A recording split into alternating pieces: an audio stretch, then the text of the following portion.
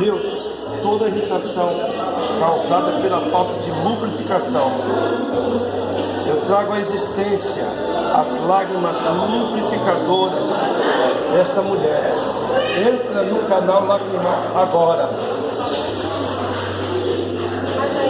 Agora. Do forte o comportude, tu terrestre, furgicanto, furgiterra, em nome de Jesus.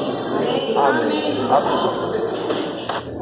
Está ardendo ou não está? Você chegou aqui? Então como é que faz ele?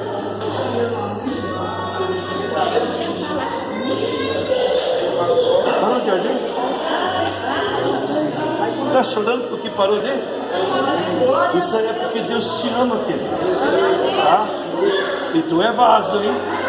Tu é chamado. Não vai arder nunca mais, porque o anjo ficou colírio aí nos teus olhos.